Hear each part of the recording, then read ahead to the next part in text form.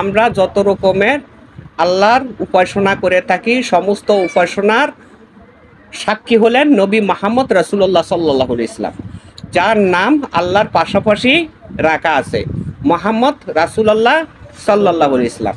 লা ইলাহা অর্থ হলো, লা ইলাহার অর্থ হলো আল্লাহ অদৃশ্য নিরাকার, আর সেই আল্লাহর সাক্ষী হলো মুহাম্মদ। রাসূল হলো আল্লাহর পবিত্র বাণী, আমাদের কাছে দিনার পৌঁছাইয়া দিল। সেইভাবে আসছে আল্লাহর উপাসনা।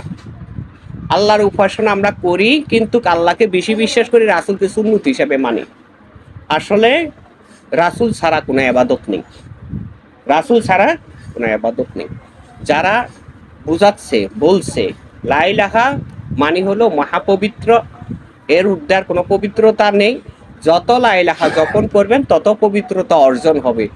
এটা হলো মুয়াবিয়ার দল, এটা হলো ইয়াজিদের দল, এটা হলো নাসিরউদ্দিন আলবানির দল, এটা হলো আব্দুল ওয়াহাব নজদির দল।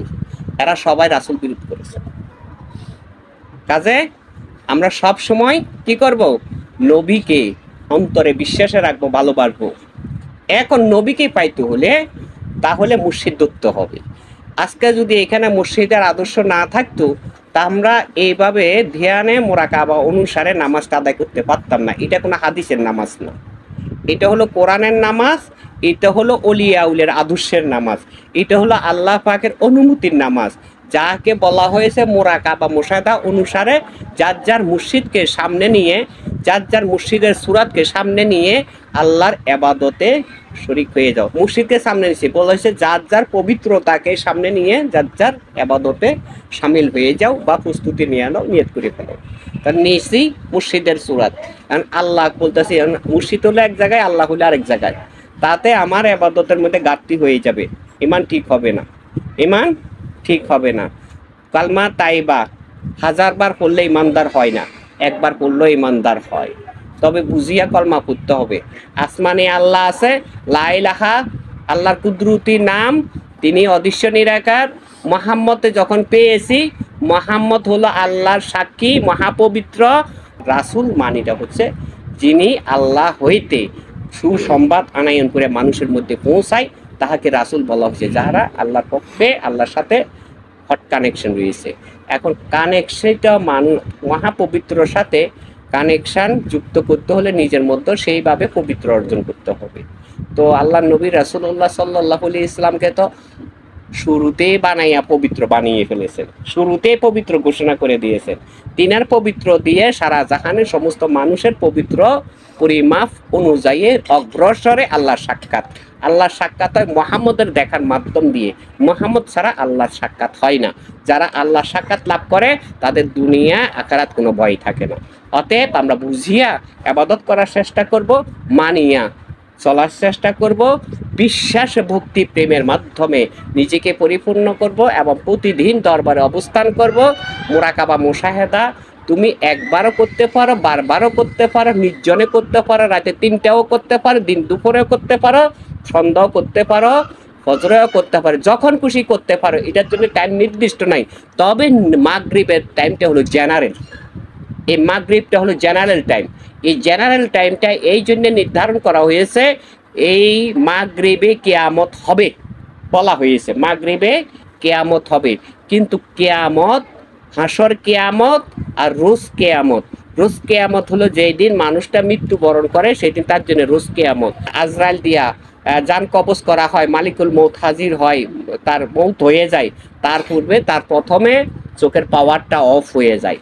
যখন পাওয়ার অফ হয়ে যায় সে আর কিছু দেখে না, অনেকের দেখে না, ছায়া থাকে, কেউ চিনে না। চিনে কারে?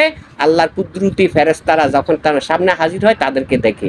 তার মানে দুনিয়ার আলো বন্ধ, যেখানে সন্ধ্যা শুরু সেইখানে, সন্ধ্যা শুরু সেইখানে। এই জন্যে সন্ধ্যা শুধু অস্তমিত গেলে নয়, মানুষের মধ্যে একটা সূর্য আছে, এই সূর্যটা যেদিন অস্তমিত যাবে সেদিন প্রথমে চোখের পাওয়ার বন্ধ হয়ে যাবে। সে বন্ধ পাওয়ারের ভিতরে দিয়ে আল্লাহর কুদরতের ছবি দেখা যাবে, সেটা হলো ফেরেশতার ছবি। এই ফেরেশতার ছবিটা 3 জনও থাকতে পারে, 3000ও থাকতে পারে, কিন্তু দুনিয়ার আর কোনো মানুষ তখন আর দেখা যাবে না। দুনিয়ার মানুষ দেখা যাবে না, তার পরক্ষণে দুনিয়ার মানুষের সাথে আর কোনো সম্পর্কও হবে না।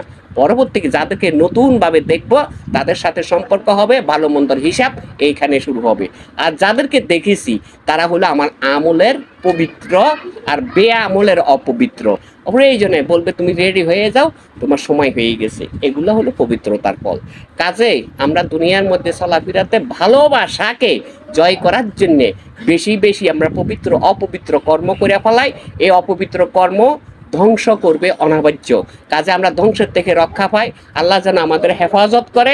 এবার দেখো, নাফরমান আর হলো একটা হলো নাফরমান আর একটা হলো মুনাফিক। কাহাকে বলে? মুনাফিক বলে তাহাদেরকে যাহারা মুহাম্মদ নবীর আদর্শ গ্রহণ করিয়া নবীকে অস্বীকার করিয়াছে, নবীর বিরুদ্ধে সমালোচনা করেছে, তাহাদেরকে মুনাফিক বলে। আর আল্লাহর নিয়ামত গ্রহণ